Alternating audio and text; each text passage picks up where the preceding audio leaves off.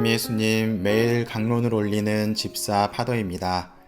오늘은 2020년 8월 6일 연중 제18주간 목요일이며 주님의 거룩한 변모 축일입니다. 오늘 일독서는 다니엘 예언서 7장의 내용이 나오고 있습니다.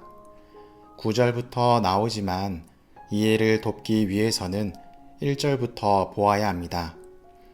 다양한 비유를 설명하게 될 텐데 그냥 이런 상징적인 모습이 있다는 것만 기억하시고 마지막에 나오는 주제를 기억해 주시면 좋겠습니다.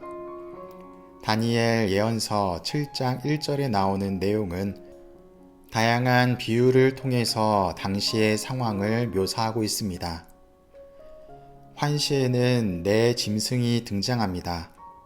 사자의 몸에 독수리의 날개가 달린 짐승은 바빌론을 뜻합니다. 곰처럼 생긴 두 번째 짐승은 이빨 사이에 갈비 3개를 물고 있었는데 이는 새 왕국을 집어삼킨 메디아를 가리킵니다.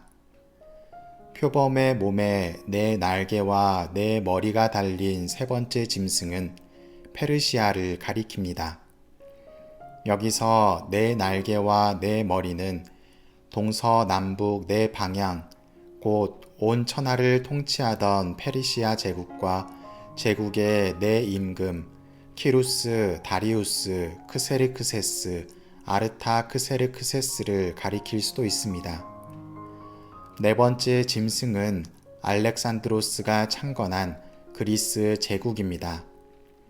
이 짐승에 달린 뿔 10개는 알렉산드로스 제국을 이어받아 다스리던 시리아 셀레우코스 왕조의 10임금을 말하고 나중에 돋아난 작은 뿔은 안티오코스 에피파네스를 가리킵니다. 이 11번째의 뿔은 세 개의 뿔, 곧 데메트리오스와 그의 동기 또 다른 안티오코스 그리고 이집트의 프톨레마이오스 6세를 제거합니다.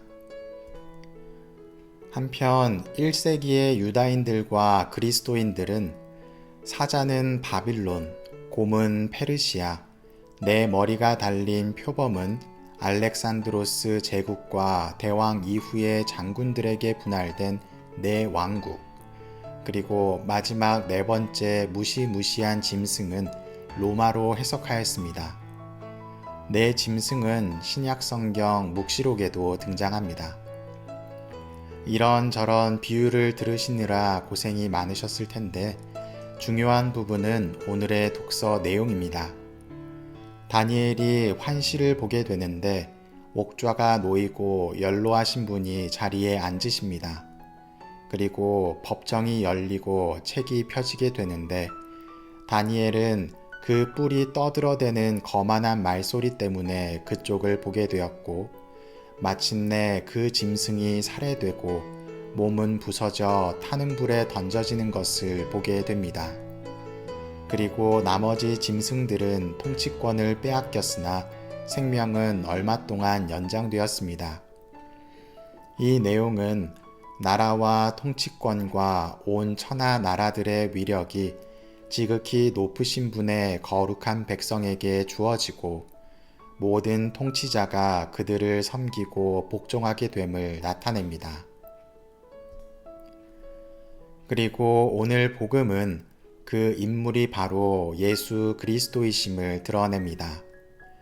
오늘 복음은 마테오복음 17장 1절에서 9절의 말씀입니다.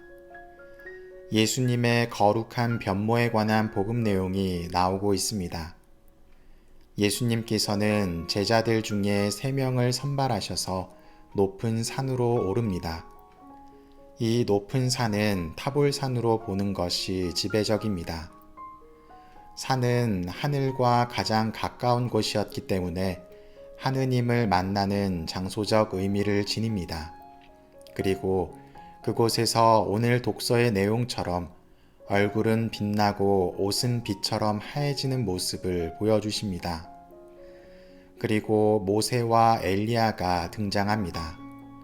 모세와 엘리야는 구약에서 가장 위대한 인물로 표현되는 존재들입니다. 그들이 예수님과 함께한다는 것은 하느님과 예수님께서 연결되어 있는 존재이며 그분의 신원이 무엇인지를 드러내는 예표가 됩니다. 또한 베드로는 나서서 원하시면 제가 초막 셋을 지어 하나는 주님께, 하나는 모세께, 또 하나는 엘리야께 드리겠습니다. 라는 표현을 통해 유목 생활을 하던 때를 떠오르게 합니다.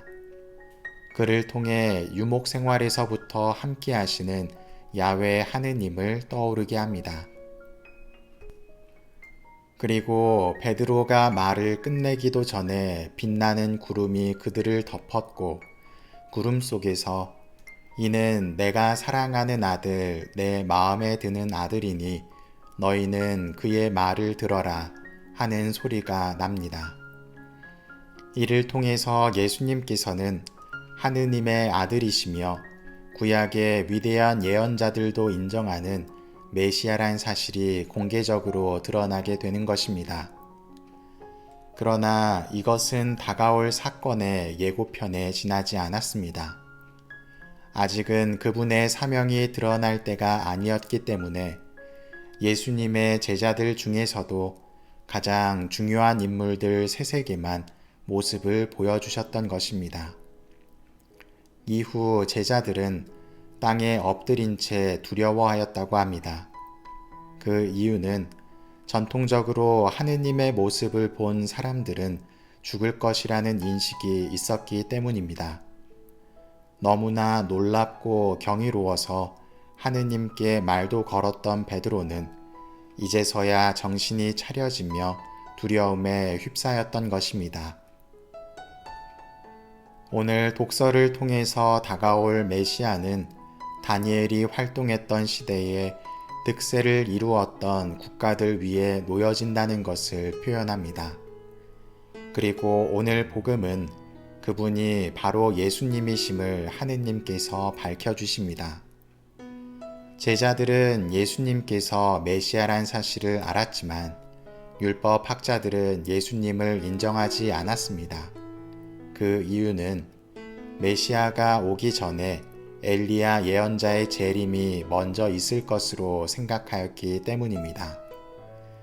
마찬가지로 유다인이었던 제자들 또한 이 사실을 알고 있었을 것입니다.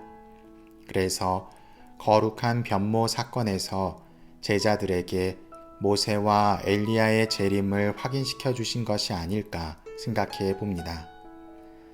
그리고 예수님은 오늘 복음 뒤의 내용에서 엘리야의 재림에 관해 이야기하시면서 엘리야가 곧 세례자 요한이며 세례자 요한을 통해 세례를 받고 하느님의 성령을 받은 예수님께서 메시아이심을 드러내고 있습니다.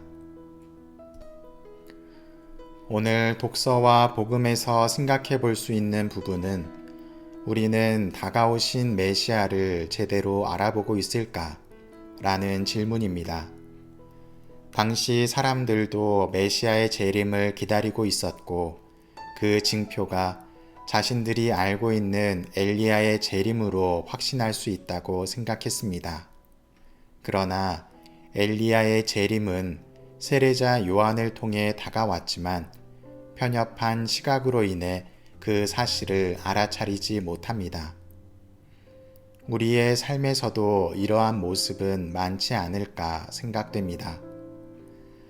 우리는 눈에 보이고 확실한 표징을 요구합니다.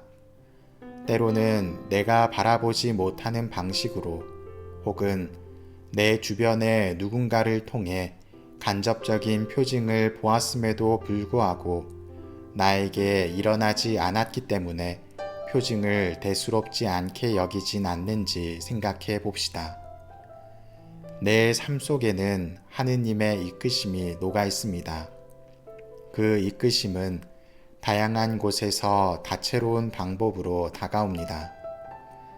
누군가는 그것을 알아보고 예수님의 거룩한 변모를 체험한 제자들처럼 기쁨에 겨워하고 어떤 이들은 무슨 일이 일어나는지도 모른 채 원망만 하며 삶을 살아갈지도 모릅니다. 내 주변에 일어나는 다양한 이끄심을 바라볼 수 있도록 우리의 마음의 눈을 열어 봅시다.